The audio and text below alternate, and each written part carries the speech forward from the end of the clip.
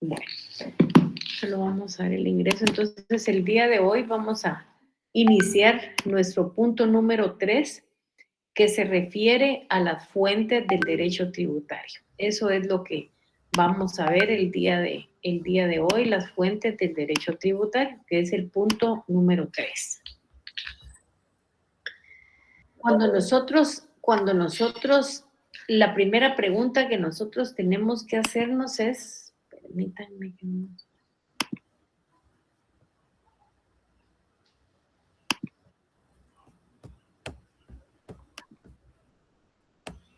Bueno, entonces yo les decía que cuando nosotros estamos pensando en fuentes del derecho tributario, la primera pregunta que nosotros deberíamos de hacernos es fuente, ¿qué significa?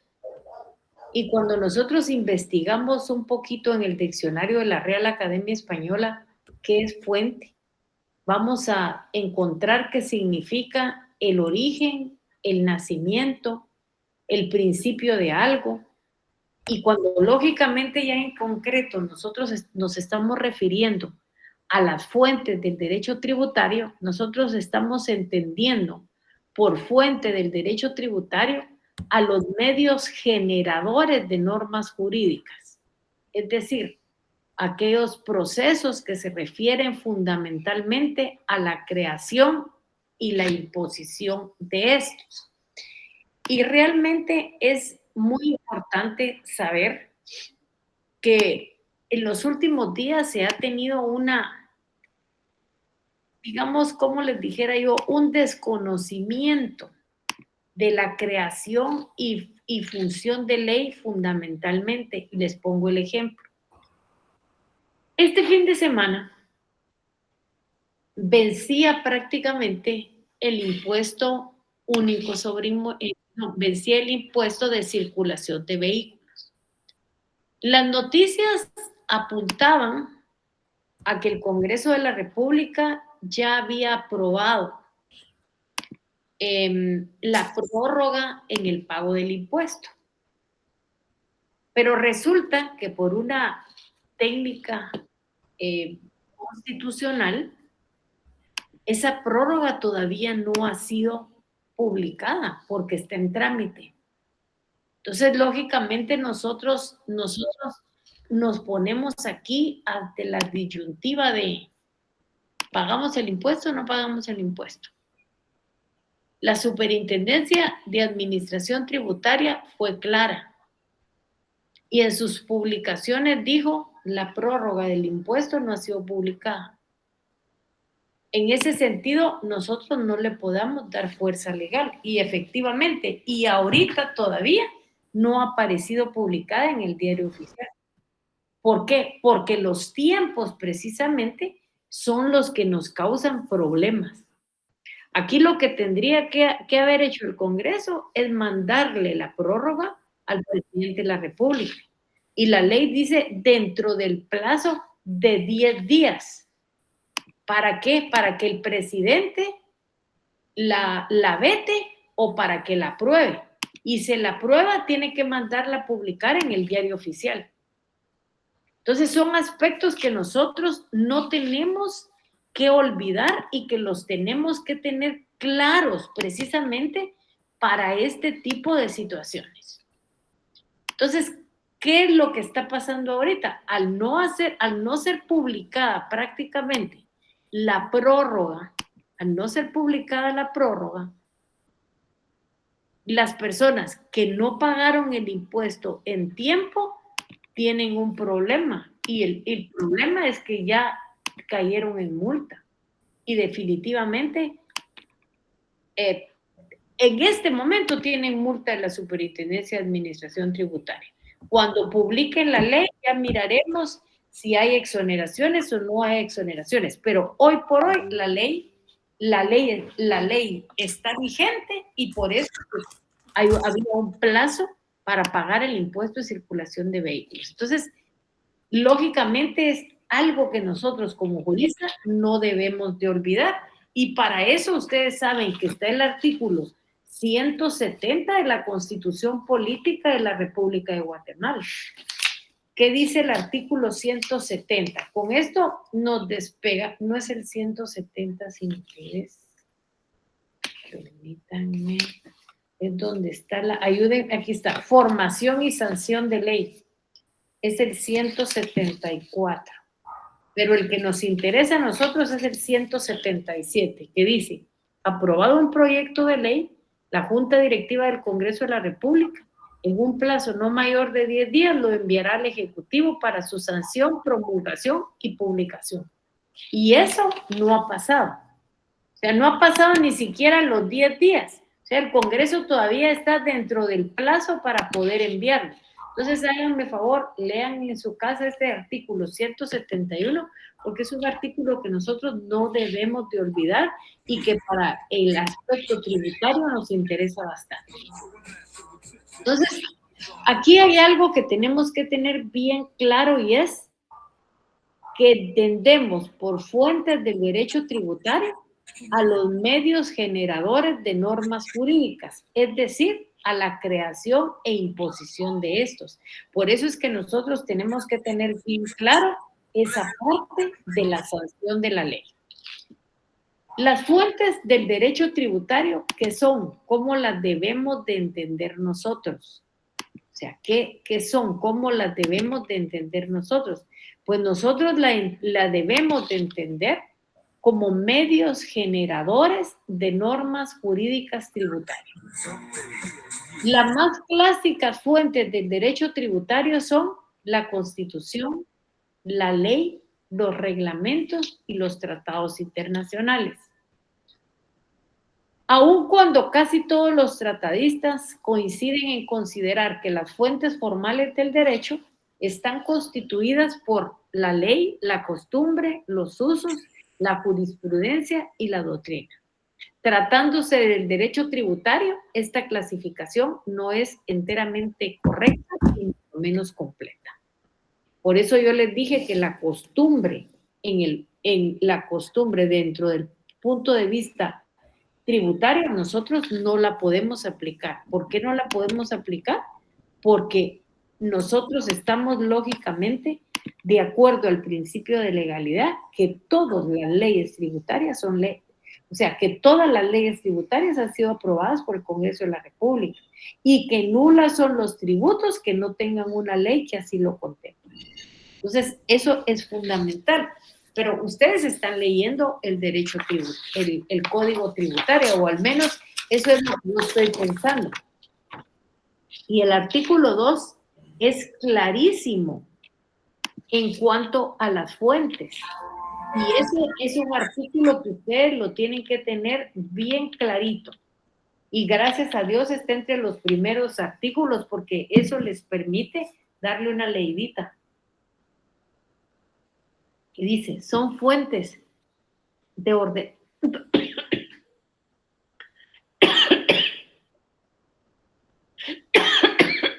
Permítanme.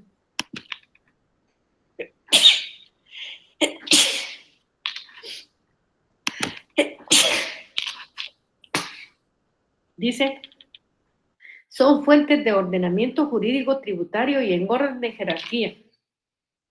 Las disposiciones constitucionales, las leyes, los tratados y las convenciones internacionales que tengan fuerza de ley, los reglamentos que por acuerdo gubernativo dicte el organismo ejecutivo.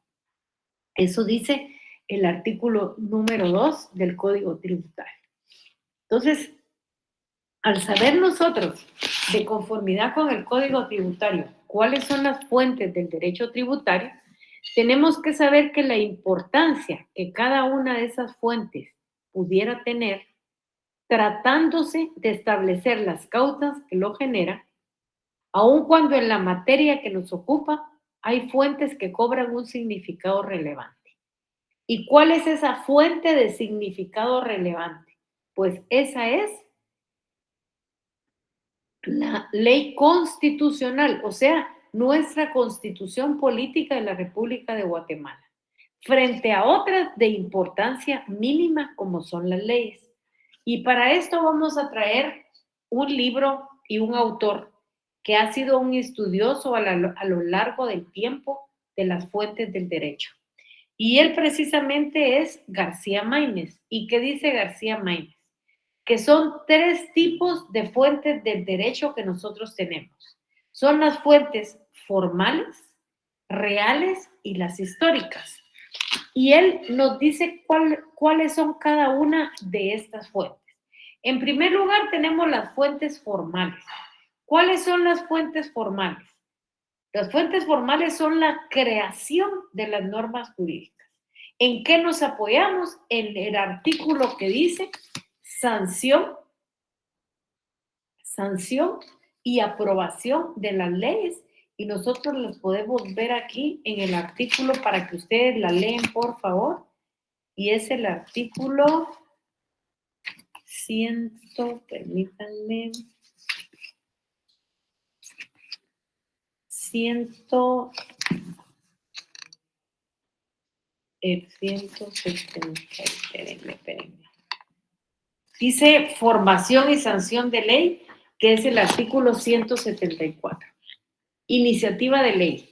Para la formación de las leyes tienen iniciativa los diputados al Congreso, el organismo ejecutivo, la Corte Suprema de Justicia, la Universidad de San Carlos y el Tribunal Supremo Electoral.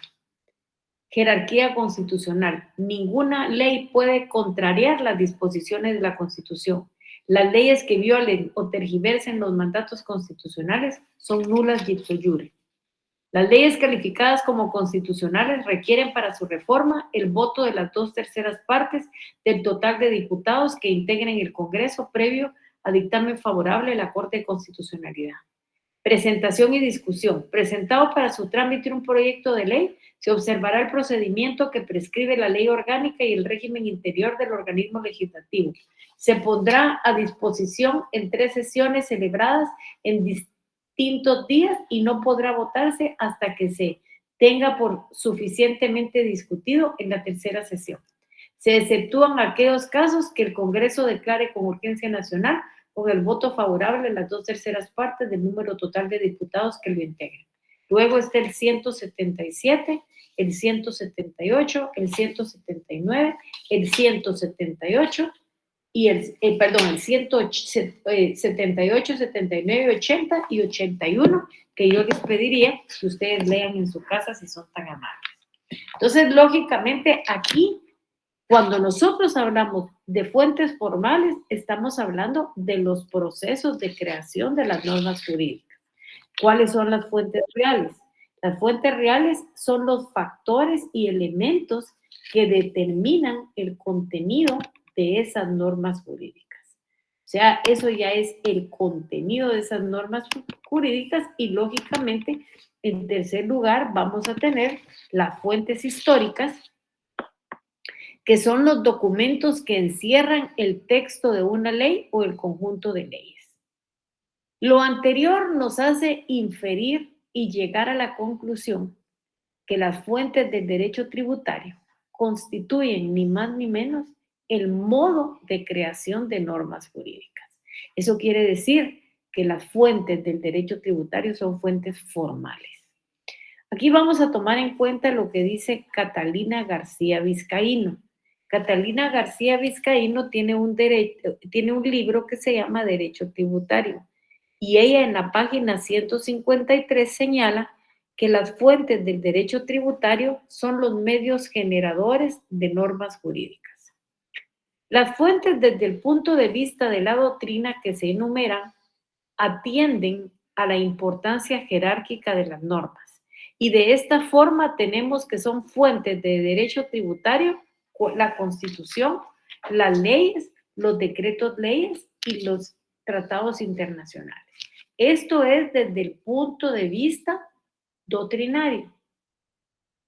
Los decretos leyes, claro, para que se hagan decretos leyes tiene que haber dado un golpe de Estado, que en este momento no va a suceder, pero ya sucedió.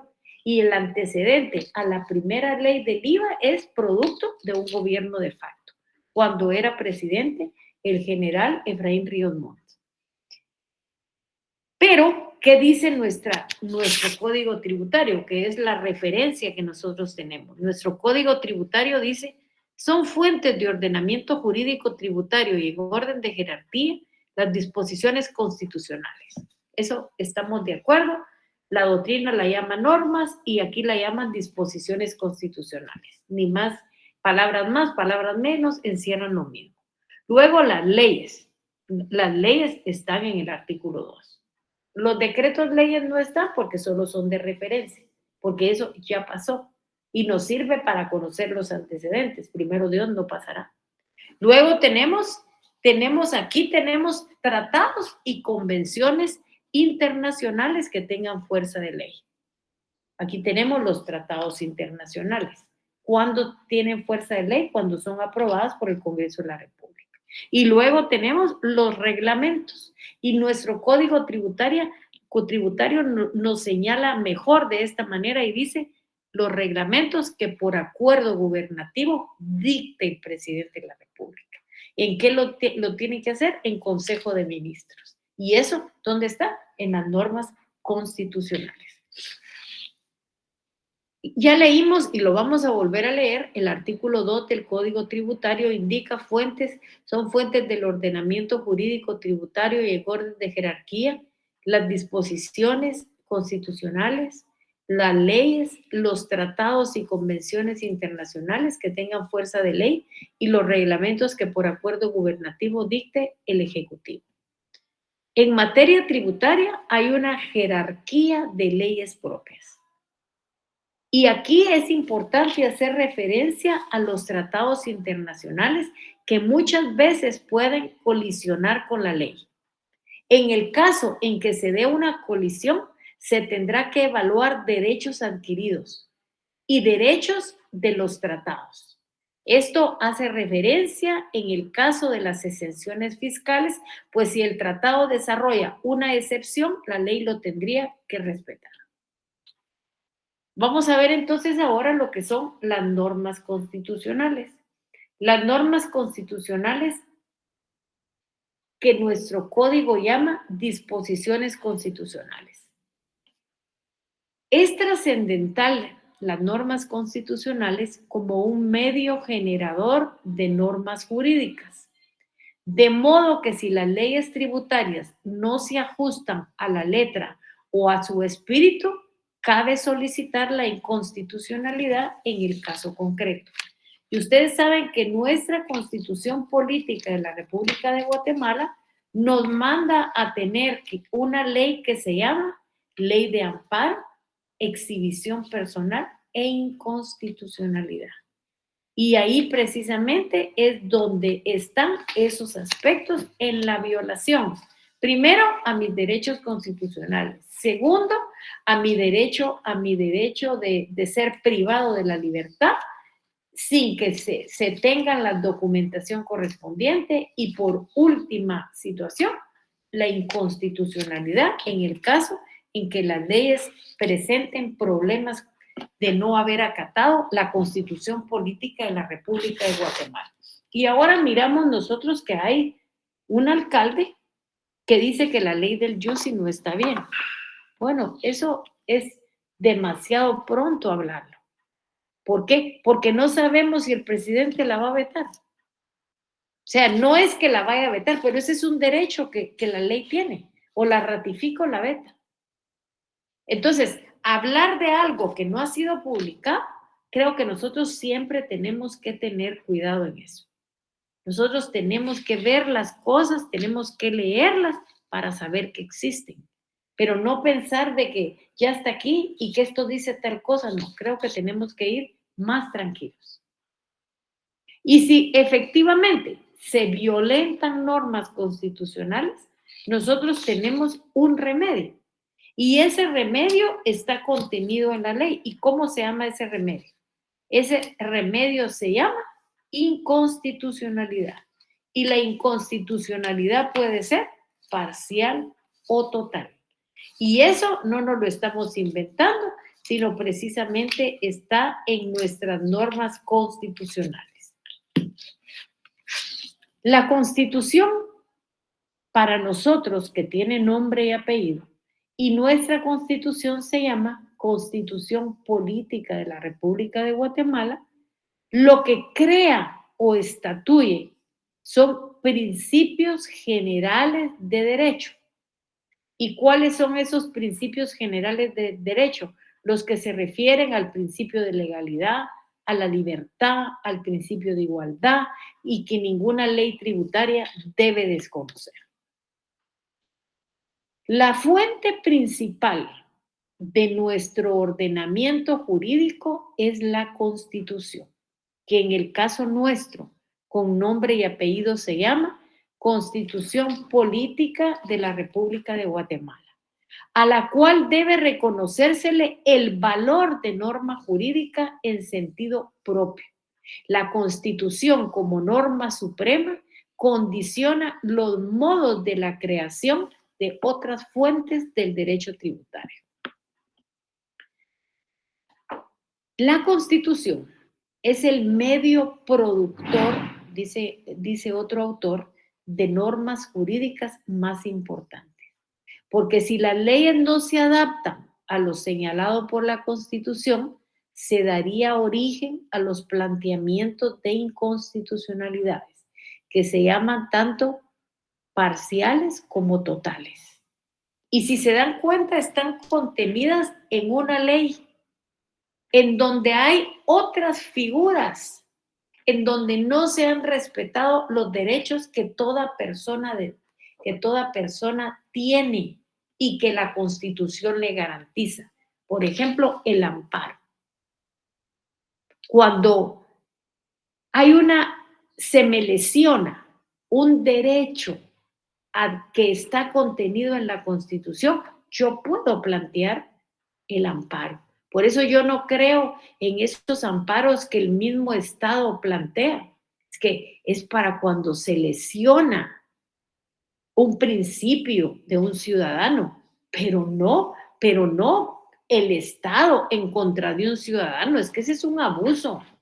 Luego, cuando se priva de su libertad a una persona sin observar los principios fundamentales que señala la Constitución y el Código Penal, hay otra figura para evitar eso que se llama exhibición personal y luego tenemos la otra figura cuando las leyes no son claras ni se ha hecho caso de lo contenido y es la inconstitucionalidad que puede ser total o parcial. Hace años, yo no sé si ustedes se recuerdan, pero se emitió un presupuesto, la ley de presupuesto que contenía el presupuesto general de la nación y ahí se creó un nuevo impuesto y era un impuesto que era para la telefonía y también para la venta de cemento. En un presupuesto no puede estar eso, pero lo habían metido ahí escondidito para que nadie se diera cuenta. ¿Y qué se tuvo que hacer? Cuando ya se entró en vigencia, se planteó la inconstitucionalidad, porque eso es algo que debe de observarse.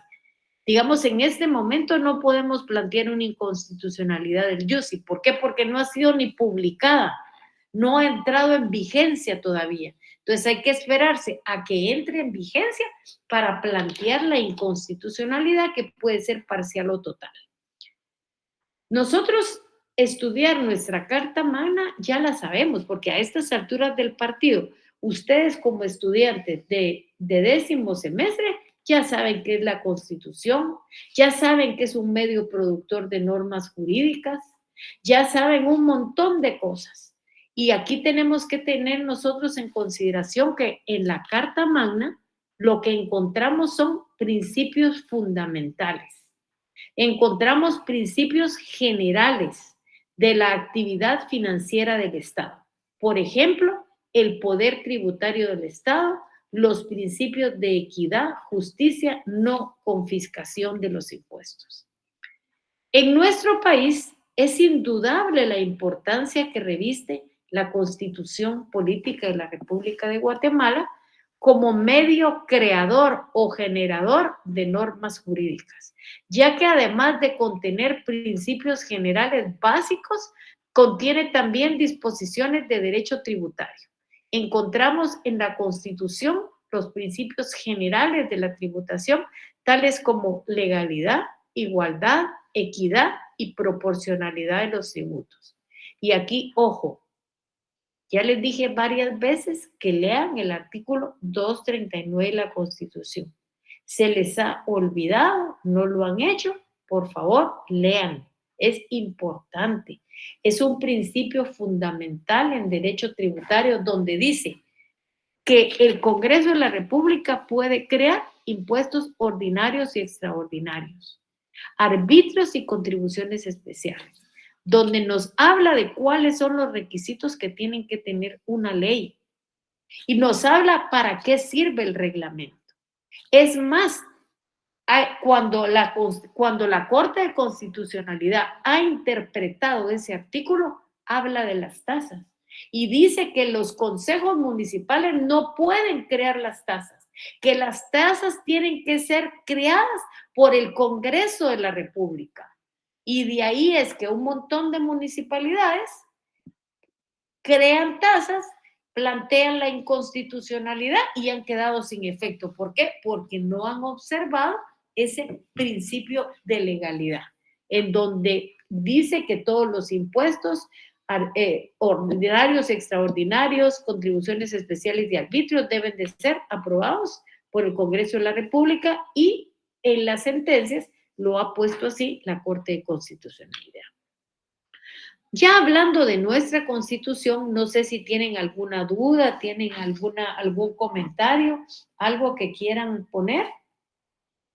Si no es así, entonces ahora vamos a ver la ley. La ley que dentro del derecho interno de rango ordinario o infraconstitucional es la primera fuente. Es la fuente importante de derecho tributario, lógicamente, después de la Constitución Política de la República de Guatemala. ¿En dónde? En donde la ley señala que sin la ley no existen los tributos. La ley es una regla de derecho emanada del Poder Legislativo y promulgada por el Poder Ejecutivo, que crea situaciones generales y abstractas en el Poder Ejecutivo por tiempo indefinido y que solo puede ser modificada o derogada por otra ley. Podemos resumir entonces que la ley es un acto emanado del Poder Legislativo, sancionado de conformidad con lo establecido por la Constitución Política de la República de Guatemala. Y eso de modificar y derogar lo estamos viendo ahora, aunque sea como una medida política, pero lo estamos viendo. ¿Cómo lo estamos viendo? ¿Qué pasó, por ejemplo, con la ley con el impuesto de herencias, legados y donaciones? Fue derogada. ¿Y quién la derogó? Otra ley. Es más, fue hasta suprimida por otra ley. En el caso del impuesto del YUSI, que para mí tardó demasiado a que fuera modificada por todos los errores que la ley tenía. Pero ahora, como es una medida política, va a ser modificada, ¿dónde? En una nueva ley, cuando tengamos la oportunidad nosotros de ver la publicación de esa ley. ¿Por qué? Porque el presidente de la República puede vetar esa ley después del estudio que haga. Entonces, estamos como a la espera de qué es lo que va a pasar.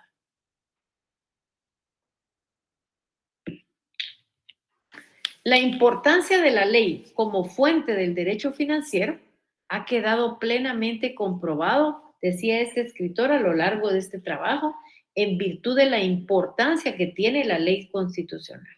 Nosotros no le podemos restar importancia a la ley. ¿Por qué? Porque la norma constitucional nos da los principios. Y en el principio de legalidad nos dice que todos los impuestos van a ir en una ley aprobada por el Congreso de la República.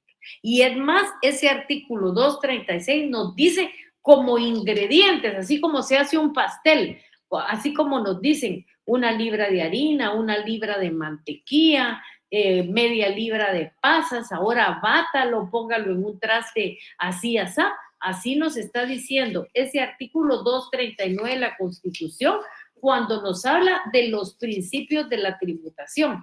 ¿Y qué nos dice? Dice este artículo, dice que conforme a las necesidades del Estado y de acuerdo a la equidad y la justicia tributaria y determinar las bases de la recaudación, dice, especialmente los siguientes. O sea, esos son lo que debe de tener toda la ley. El hecho generador de la relación tributaria, las exenciones, el sujeto pasivo del tributo, la responsabilidad solidaria, la base imponible y el tipo impositivo, las deducciones, los descuentos, las reducciones, los recargos, las infracciones y sanciones tributarias. Entonces ya todas esas recetas nos las da la Constitución. Es más, la Constitución nos dice que son nulas ipso iure y sub iure las disposiciones jerárquicamente inferiores a la ley que no han sido aprobadas por el Congreso. Y nos dice cuándo deben emitirse los reglamentos. Y nos dice que el reglamento debe de ser emitido por el Ejecutivo. Y nosotros sabemos que es en Consejo de Ministros. Y nos dice para qué sirve el reglamento. El reglamento no sirve para hacer una nueva ley, sino el reglamento sirve para explicar la ley que ya existe, para hacerla operativa, para que pueda administrativamente aplicarse. Muchos autores han coincidido en que las leyes son las fuentes más importantes del derecho tributario. Y aquí no se les debe de obligar a ustedes esta norma que dice nullum tributum sine lege. No puede cobrarse tributos sin que tengan base legal. Es por ello que la costumbre no puede ser fuente de derecho en esta materia, tomando como parámetro de comparación el hecho de que la diferencia entre el acto administrativo y el acto financiero se da en cuanto a la discrecionalidad. El acto financiero, el acto tributario debe de estar contenido en una ley. ¿Por qué? Porque así lo señala el artículo 239 de la Constitución. Nosotros vamos a estudiar los decretos leyes. Los decretos leyes fue algo que ya se reguló, que no lo podemos poner en práctica salvo que se dé un golpe de Estado. Y ustedes saben que esos regímenes de factos, las leyes ahora están tan protegidas que casi no se da esa figura, pero antes sí se daban. Y digamos, el antecedente fundamental de la ley del IVA está en los decretos leyes. Por eso es que los vamos a ver. Si ustedes miran, la fuente no está. Entre la fuente no está los decretos leyes. ¿Por qué? Porque es absurdo pensar en que las leyes faciliten los golpes de Estado. Entonces, ¿qué son los decretos leyes? Regularmente, los mismos son dictados por necesidad y urgencia por el Poder Ejecutivo. Comúnmente, la ley tiene su origen en el Poder Legislativo, pero también puede tener su origen en el Poder Ejecutivo. ¿Cuándo es que tiene su origen? Cuando se dan situaciones consideradas como graves para la tranquilidad pública, cuando se rompe el orden constitucional de un país para asumir la responsabilidad de dictar disposiciones transitorias para hacer frente a tal situación. En materia tributaria, las leyes pueden emanar del organismo ejecutivo. ¿Por qué? Porque así lo establece la Constitución o por situaciones de hecho. Una situación de hecho, ¿cuál es? Los regímenes de facto. Nosotros lo hemos estudiado, ¿por qué? Por el antecedente de que la primera vez que se habló de IVA en Guatemala fue producto de un gobierno de facto. Y el gobierno de facto decreta, no a través de decretos, no a través de leyes, sino de decretos leyes. ¿Por qué? Porque tiene una característica muy especial, porque todas las leyes no emanan del Congreso. ¿Por qué? Porque el Congreso está disuelto, sino de donde emanan es del Poder Ejecutivo. Ven un momentito, vamos a ingresar aquí. Bueno, vamos a continuar entonces y ahora vamos a ver los reglamentos. Y si ustedes revisan el artículo 239 de la Constitución Política de la República de Guatemala, ahí les va a aparecer ¿Qué son los reglamentos? Cabal, los reglamentos. Entonces, vamos a ver ahorita en el 239. En el 239 está donde dice en la última parte, dice, las disposiciones reglamentarias no pueden modificar dichas bases y se concretarán a normar lo relativo al cobro administrativo del tributo y a establecer los procedimientos que faciliten su recaudación. El reglamento no es una ley nueva, no va a contener situaciones, no va a contener situaciones nuevas, sino que lo que va a explicar es una ley. ¿Por qué? Porque así lo señala el artículo 239 de la Constitución. Aquí vamos a traer a colación esa definición que nos da Fraga de lo que es un reglamento. Fraga dice que reglamento es una norma o un conjunto de normas jurídicas de carácter abstracto e impersonal que expide el Poder Ejecutivo en uso de una facultad cuya finalidad es facilitar la exacta observancia de las leyes expedidas por el Poder Legislativo. ¿Qué nos dice a nosotros el artículo 2 del Código Tributario? Nos dice que los reglamentos que por acuerdo gubernativo dicte el organismo ejecutivo. O sea, ya nos está diciendo que lo va a dictar el presidente en Consejo de Ministros. Hay otros autores que dicen que el reglamento son las disposiciones dictadas por el Poder Ejecutivo que tienen por objeto regular la ejecución de las leyes y el ejercicio de las facultades propias y la organización y funcionamiento administrativo. Por lo anterior, llegamos a inferir que el reglamento es un instrumento de aplicación de la ley que tiene por objeto desarrollar y detallar principios contenidos en la ley para hacer posible y práctica su aplicación. En materia fiscal, la actividad reglamentaria presenta una importancia por la realidad que encontramos en nuestro sistema jurídico fiscal. ¿Qué es eso? Que la facultad reglamentaria a cargo del Poder Ejecutivo se explica por la necesidad de facilitar muchas veces la comprensión y aplicación de la ley a través de explicar el contenido que las obligaciones de esta prescribe, haciendo más accesible a los sujetos y a quienes va dirigida para su mejor cumplimiento. Y esta función, ¿a quién se le asigna? Al presidente de la República, que es el organismo ejecutivo en Consejo de Ministros. Eso lo dice nuestro Código Tributario.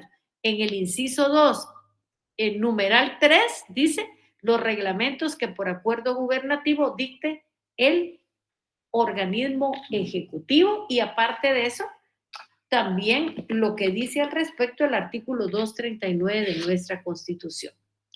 En Guatemala ha sido una práctica anunciar que las leyes tributarias que imponen obligaciones a los contribuyentes y que habrá un reglamento que las precise. Ha sido común la existencia de reglamentos para hacer efectivas las disposiciones de leyes ordinarias.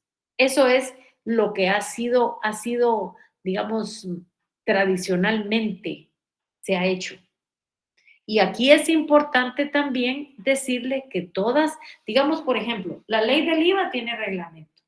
La ley del impuesto único sobre inmuebles tiene reglamento. La ley de circulación de vehículos tiene reglamento. Todas las leyes tienen reglamento, pero por esta razón. ¿Por qué? Porque es importante que el reglamento precise las obligaciones de los contribuyentes. ¿Para qué? Para que puedan ser por todos entendidas de una manera correcta. Y aquí es importante, por favor, que nosotros leamos el artículo 239 de la Constitución. Sí, ¿quién tiene la mano? Creo que es Byron Calderón quien tiene la mano subida. ¿Qué es lo que necesitaba Byron? Byron, creo que es, ¿verdad? Pero- Rosario, licenciada Rosario Calderón. Perdón, es que aquí para no quitar la filmina, por eso le di. ¿Qué manda? ¿Cuál es el comentario? Solo un comentario. Fíjese que la ley de acceso a información pública no tiene reglamento. Porque así lo idearon. Pero la ley de información pública no es una ley tributaria.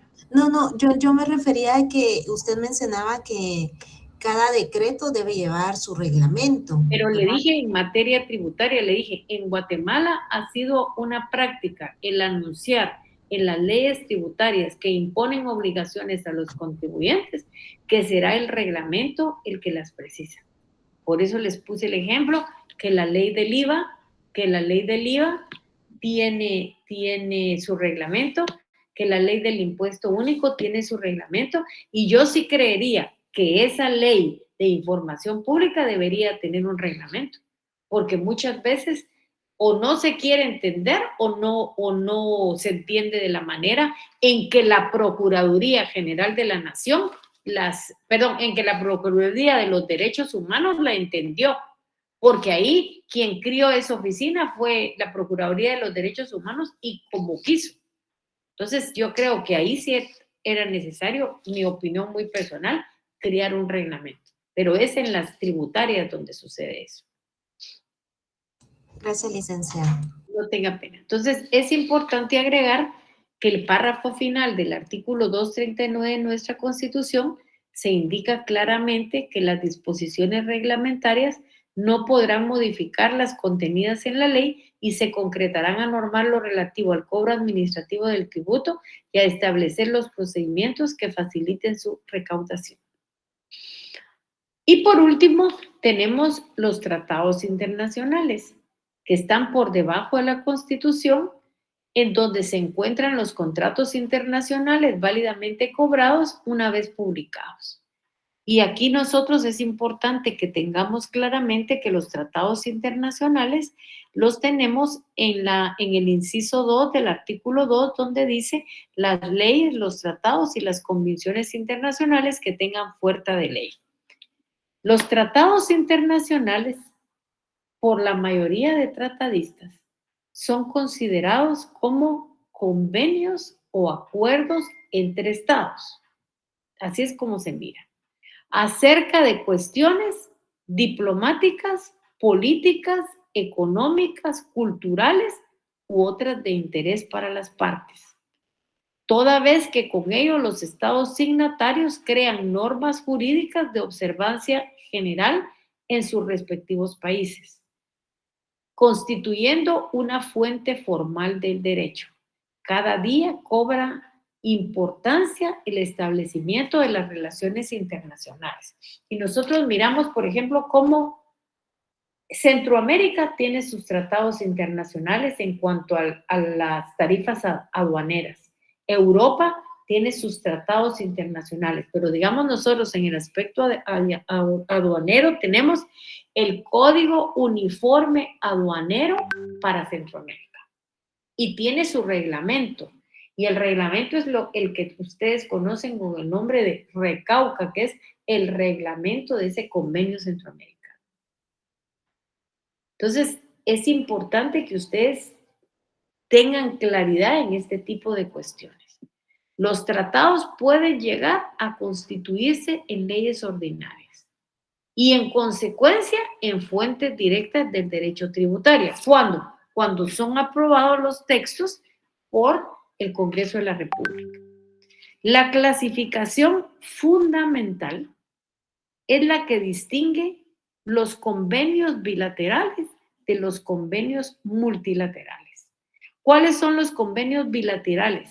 Son los realizados entre dos estados y los multilaterales en los que intervienen más de dos, siendo en ambos posible añadir una cláusula de adhesión, en virtud de la cual nuevos estados pueden unirse a los firmantes anteriormente. Su finalidad básica es evitar la doble tributación Mejorar las relaciones tributarias entre los diferentes países. Volvemos a repetir que en nuestra legislación específicamente está el Código Tributario y ahí que ya se las leí varias veces. Por aparte, vamos a leer cómo interpreta la Corte de Constitucionalidad el artículo 239 de la Constitución, y es cómo lo ha dejado plasmado en las diferentes sentencias que ha emitido la Corte de Constitucionalidad y que en un momento determinado llegan a ser jurisprudencia para nosotros en la resolución de ciertos casos. Permítanme, vamos a ver aquí la Licenciada, que manda. ¿Cómo puedo buscar en la página de la Corte de Constitucionalidad esas referencias que usted menciona en cuanto al análisis, la jurisprudencia que hace la CC al respecto? Yo mire, les dije que habían dos maneras de hacerlo. Una, en leer la Constitución comentada de la Constitución Política de la República de Guatemala, que no es la corta, sino es la comentada. Y si no, yo cada vez que leo algo de estos artículos, les estoy poniendo cuál es el expediente y cuál es la sentencia. Y les estoy dando la fecha de la sentencia. Así es como ustedes las tienen que buscar. Con número de expediente, con número de sentencia y la fecha. Y ahí efectivamente les va a salir el caso y la interpretación que la Corte de Constitucionalidad le ha dado al respecto. Digamos, por ejemplo, cuando habla el artículo 239, habla de la potestad del Congreso de crear impuestos, arbitrios y contribuciones especiales. Y dice el artículo 239 de la Constitución Política de la República de Guatemala consagra el principio de legalidad en materia tributaria, que garantiza que la única fuente creadora de tributos es la ley en sentido formal y material, estableciendo que la potestad exclusiva del Congreso de la República en decretar impuestos, arbitrios y contribuciones especiales, así como la determinación de las bases de la recaudación de dichos tributos, el hecho generador de la relación tributaria, las exenciones, el sujeto pasivo del tributo y la responsabilidad solidaria, la base imponible y el tipo impositivo, las deducciones, los descuentos, reducciones, recargos y las infracciones y sanciones tributarias. Y está Corte de Constitucionalidad, expediente 4467-2020, sentencia del 29/6/2021. Luego, la Corte de Constitucionalidad ha considerado también las tasas municipales y dice, los cobros que establezcan las municipalidades sin que exista contraprestación determinada y por el contrario denoten la simple finalidad de gravar cierta actividad con el objeto de generar la percepción de fondos, no pueden ser considerados como tasa. Y aquí nos da el primer elemento de la tasa. La tasa siempre tiene que tener una contraprestación. ¿Qué es eso de contraprestación? Lo que me dan a mí a cambio de pagar la tasa. Se lo pongo claro. En el impuesto, ¿cuál es la contraprestación? No hay. Pero en las tasas, digamos, del agua potable, ¿cuál es la contraprestación? ¿Qué recibe usted cuando paga la tasa? El servicio de agua. Ahí está. Usted lo que recibe es agua. Entonces, la Corte de Constitucionalidad le está diciendo, tiene que haber una contraprestación. Las municipalidades no pueden crear tasas solo porque quieran dinero. Luego también está diciendo que dicen, y por lo tanto, dice, tampoco pueden ser creados por el ente municipal, debido a que con fundamento en el principio de legalidad tributaria deben de ser fijados por el Congreso de la República por el artículo 239 de la Constitución Política de la República de Guatemala.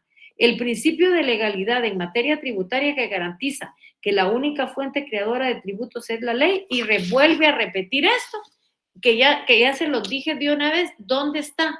Está en la Corte de Constitucionalidad, expediente 2383-2020, sentencia del 10 del 11 del 2020.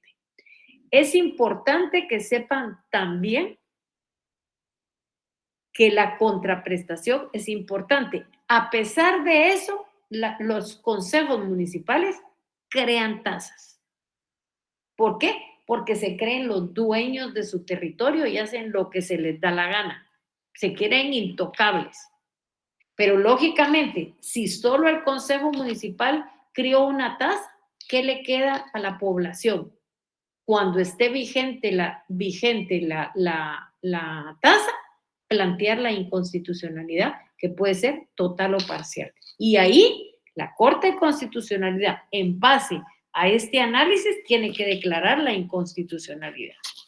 Luego también es importante, dice, en ese sentido, procede declarar la inconstitucionalidad de una norma emitida por un consejo municipal cuando los cobros que establezcan no reúnan las condiciones y las características de las tasas y que adicionalmente fueron dispuestos sin que exista una contraprestación determinada, denotándose una simple finalidad de gravar cierta actividad con el objeto de generar la percepción de fondos. Por lo tanto, no pueden ser establecidos por el ente municipal, sino con fundamento en el principio de legalidad tributaria, de ser fijados por el Congreso de la República de conformidad con el artículo 239 de la Constitución Política de la República de Guatemala, Corte de Constitucionalidad, expediente 5222-2018, sentencia del 31 del 7 del 2019. Y así da una serie de situaciones. Cuando usted se dé cuenta, pone un expediente, le tira más expedientes y ahí vamos a ir estudiando precisamente este tipo de cuestiones que son importantes. Dudas, preguntas, comentarios, si no, seguimos viendo todo lo que abarca este principio de legalidad. ¿Alguien tiene dudas, preguntas, comentarios? Permítanme porque se me fue la hora. Yo solo quería comentar que, por ejemplo, con relación a este decreto que fue, pues hasta ahorita derogado del UCI, ¿verdad? O bueno, modificado. No, pero todavía no sabemos, porque solo el Congreso lo ha aprobado. Sí, nosotros no hemos tenido la oportunidad de leer la publicación en el diario oficial, pero le escucho. Sí, mi análisis se va con relación a que estamos en la antesala de la época electoral y el tema se ha vuelto muy político, ¿verdad? Entonces, como que cada quien está viendo cómo aportar su granito de arena para las próximas elecciones. Así lo veo yo. Y así es, porque si es como dice, esa modificación de la ley no se hizo de la mejor manera. O sea, sino que efectivamente tenía esos alcances políticos. Por eso le digo, si es como está y con todas lo que dice, de repente que el presidente de la República lo veta, porque tiene la posibilidad de vetarlo. Entonces, por eso le digo, no nos adelantemos, esperemos a ver qué es lo que va a pasar. Y definitivamente estamos en esa época de las elecciones que el año entrante pues ya van a ser y que todo el mundo quiere traer votos a su favor, desviándose lógicamente de un montón de situaciones que no le corresponden a las municipalidades, pero que las hacen mal. Miremos qué otro aspecto tiene el principio de legalidad. Ese artículo 239 también nos analiza el poder tributario del Estado. Y dice que el poder tributario del Estado constituye básicamente una facultad que posee este ente para crear unilateralmente tributos, el cual se delega en el Congreso de la República, organismo competente para crear los impuestos, arbitrios y contribuciones especiales, mediante una ley que regule lo relativo al tema, lo cual deberá contemplar como mínimo lo regulado en el artículo 239 constitucional, es decir, el hecho generador, sujeto pasivo de la relación jurídica tributaria, tipo impositivo, base impositiva, infracción y sanción, deducciones, descuentos, reducciones y recargos, que son las condiciones básicas para fijar el cuánto lo cual se traducirá en el impuesto a pagar. Corte de Constitucionalidad, expediente 3523-2016, sentencia del 5/10/26. Obligación tributaria. Entendiéndose obligación tributaria como el vínculo entre el acreedor y el deudor tributario. Yo les digo, ¿quién es el acreedor tributario en la obligación tributaria? ¿Quién creen ustedes que es el acreedor tributario?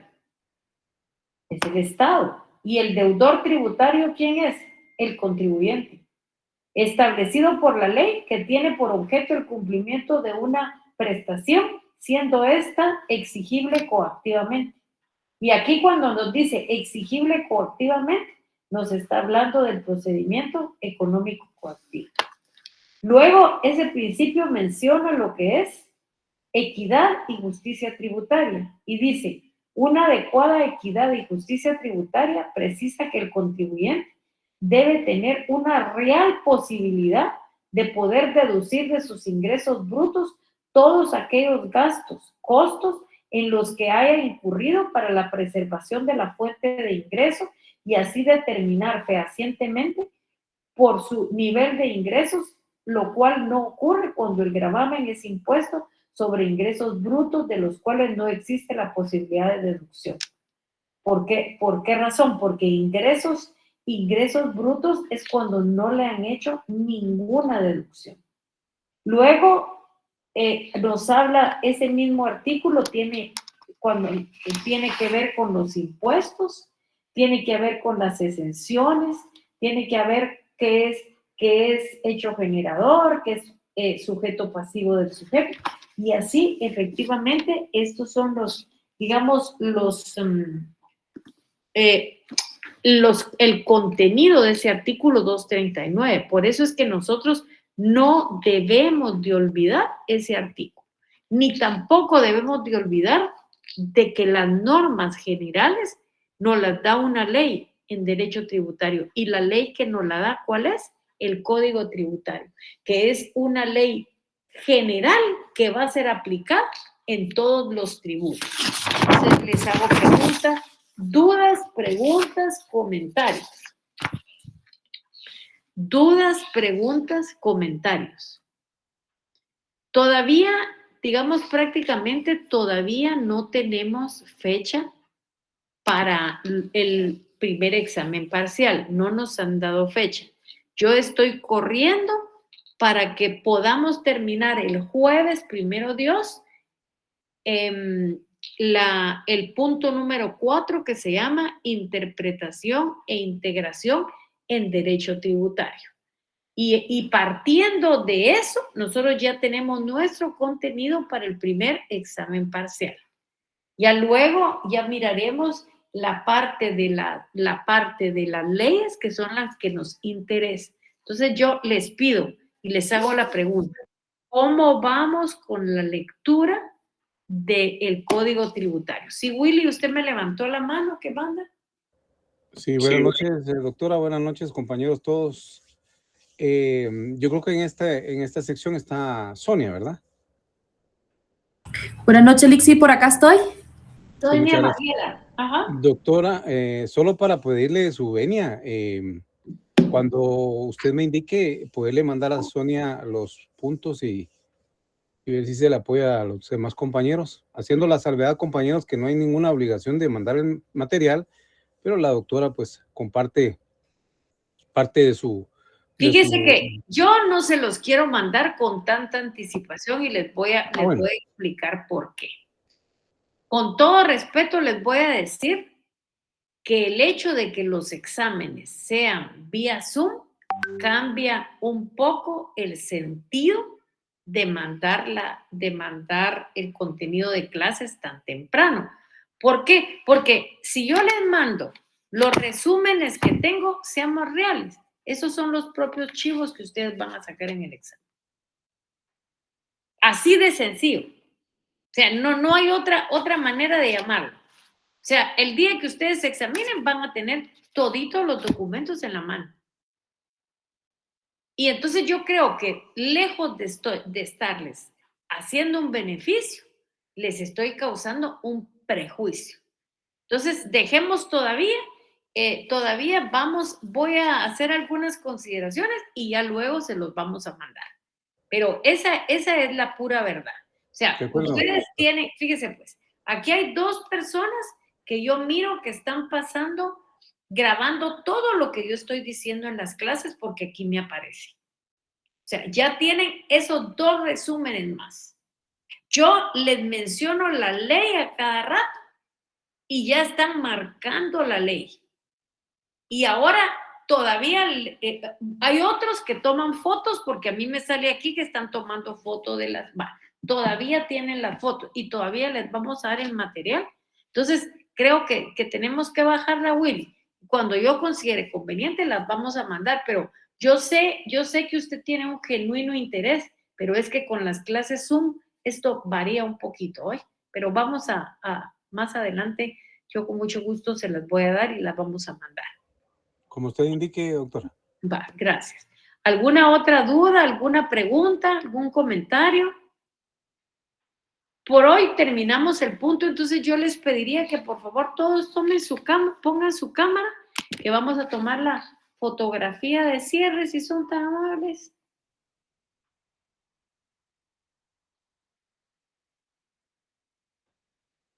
Alfredo Monroy, que me haga favor, que es el único. Sí estoy acá, Linda, pero lo que pasa es que la cámara no me funciona porque si no se preocupe, no se preocupe. Ahí estamos entonces. Ya. ¿No tienen alguna pregunta, alguna duda? Entonces nos quedamos, por favor, para... Perdone, yo solo, ¿sí? Disculpe la interrupción, yo quisiera saber si tal vez nos pudiera orientar en cómo examina usted, cómo será su evaluación. Bueno, mire, las evaluaciones vía Zoom solo se pueden hacer a través de preguntas directas, que solamente tienen una respuesta.